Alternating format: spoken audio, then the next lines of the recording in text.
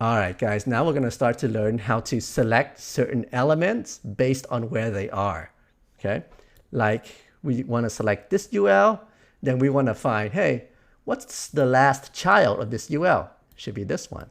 What's the first child? Should be this one. What's its parent? Should be body. Let's see how we do that. So we selected the UL. Now, since the UL has a bunch of children and we select the UL, here are some methods we can do.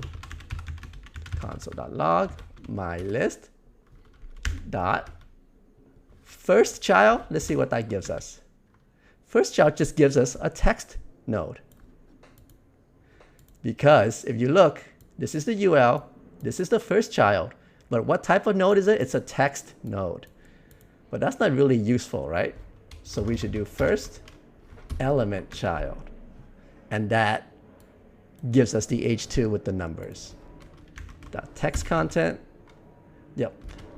What do we want the last child? Last element child. H2. Dot text content. End. Which matches right here. Now, what happens if we want to select all of the children? Now, remember, we already kind of know how to do this. Okay. Let's review the first way. Const all children is equal to document.query selector all, and we're going to use the CSS compound selector. Okay, so we're going to select UL and everything that's the direct children of UL. And then we're going to console.log all children. We get a node list. Okay.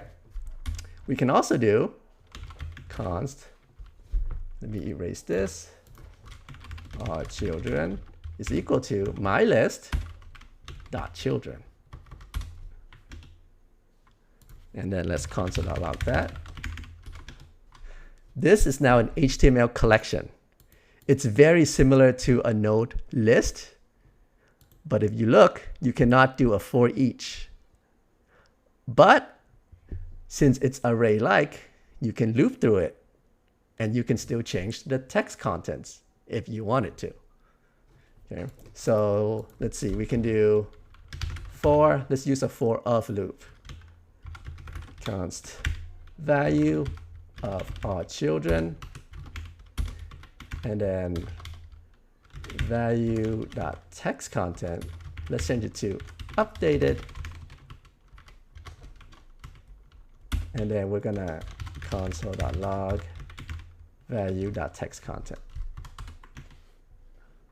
See, we get updated 6 times because they all have the same text content. Okay, so even with an HTML collection, you can still do a for loop or a for of loop. Okay, so let's look at the children methods. So all children, and this is array-like. So if you do @0, you should get the first one. Okay. First children dot text content should be numbers. Yep. All children dot children. Does that work? Nope. Because our children does not have any child, right? So that does not work. Let's see. What else we can do? Children @0 dot first element child. Why does this not work? Think about it. Let's go back to HTML. All children, that's this, @0, which is this one.